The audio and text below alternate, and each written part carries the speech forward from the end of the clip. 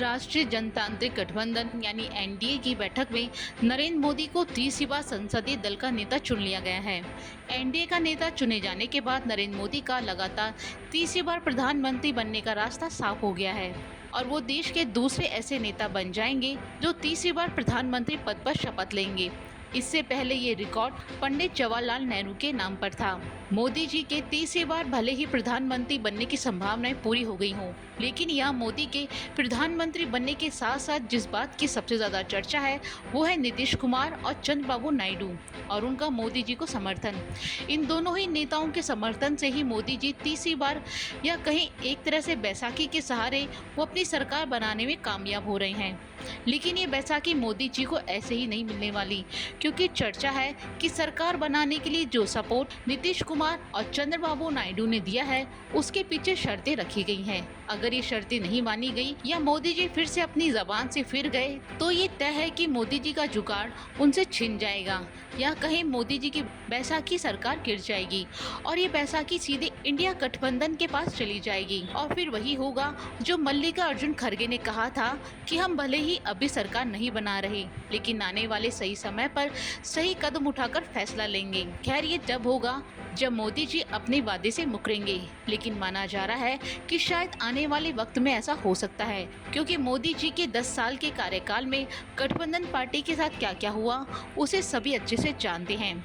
लेकिन शायद इस बार मोदी जी पर गठबंधन दलों के पैतरे बहुत भारी पड़ने वाले हैं। भले ही मोदी जी को राजनीति का बहुत अनुभव हो, लेकिन सच्चाई ये भी है गठबंधन की राजनीति का जितना अनुभव नीतीश कुमार और चंद्रबाबू नायडू को है उतना अनुभव मोदी जी को नहीं है। ऐसे में चंद्रबाबू और नीतीश कुमार ने मोदी जी की राजनीति पर डेंट मारने का पूरा प्लान बना चुके हैं। कहा जा रहा है कि चंद्रबाबू नायडू और नीतीश कुमार ने बहुत बड़ी डिमांड रखी है और अगर मोदी जी ने फिर उनकी पॉलिसी के मुताबिक तोड़फोड़ की कोशिश की तो ये कोशिश उन पर ही बहुत भारी पड़ेगी।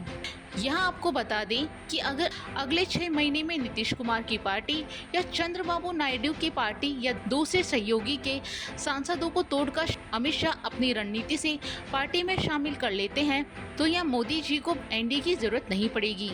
ऐसे में इस गुंजाइश को खत्म करने के लिए चंद्रबाबू नायडू ने लोकसभा स्पीकर के पद की शर्त रखी है, जिससे मोदी जी और शाह की टेंशन बढ़ गई है, क्योंकि इस पद को हासिल करने के बाद चंद्रबाबू नायडू के हाथ में एक तरह से जादू की छड़ी लग जाएगी। यानी कि अगर शाह ने किसी भी सांसद को तोड़ने की कोशिश की, फिर चाहे वो नीतीश कुमार की पार्टी का हो या चंद्रबाबू की पार्टी का, ऐसे में लोकसभा स्पीकर ये तय करेगा कि वो सांसद पाला बदल सकता है या नहीं। यानी इससे पूरा खेल नीतीश कुमार और चंद्रबाबू नायडू के हाथ में आ जाएगा और इससे पहले कि दोनों नेताओं की पार्टी का खेल खत्म हो, भाजपा का खेल खत्म हो जाएगा। फिर क्या होगा ये सब जानते हैं, लेकिन यह विशेषज्ञ ये भी अनुमान लगा रहे हैं कि कहीं दोनों नेताओं की सेटिंग इंडिया गठबंधन के साथ तो नहीं हो गई, क्योंकि इंडिया गठबंधन पहले से ही उन्हें खुला ऑफर दे रहा है, जिससे प्रधानमंत्री से लेकर उप प्रधानमंत्री तक जैसे बड़े बड़े ऑफर शामिल हैं। यानी कि इस वक्त नीतीश कुमार और चंद्रबाबू नायडू के दोनों हाथों पे लड्डू हैं। फिर चाहे गठबंधन किसी का भी हो, खेल पूरा दोनों के हाथों में है।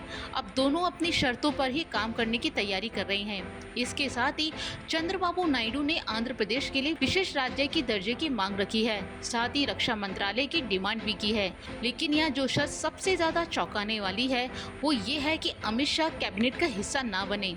अगर ऐसा होता है तो मोदी जी के लिए बड़ी अजीब स्थिति हो जाएगी। इसके अलावा नीतीश कुमार ने बिहार को लेकर भी शर्त रखी है, जो पहले से चलती आ रही हैं। उन्होंने तो मीटिंग के दौरान कह दिया कि बिहार को जो चाहिए वो तो मोदी जी दे ही देंगे। वैसे इस बैठक के दौरान एक अलग नज़ारा भी देखने को मिला। दरअसल जब नीतीश कुमार पीएम मोदी से मिले तो उनके पैर छूने की कोशिश की, लेकिन पीएम मोदी ने बीच में ही उन्हें रोक लिया और दोनों नेता गले लग गए।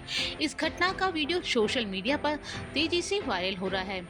खैर आने वाले समय में देखा जाएगा कि नीतीश कुमार और चंद्रबाबू नायडू की कितनी शर्तें मानी जाती हैं और कितनी नहीं।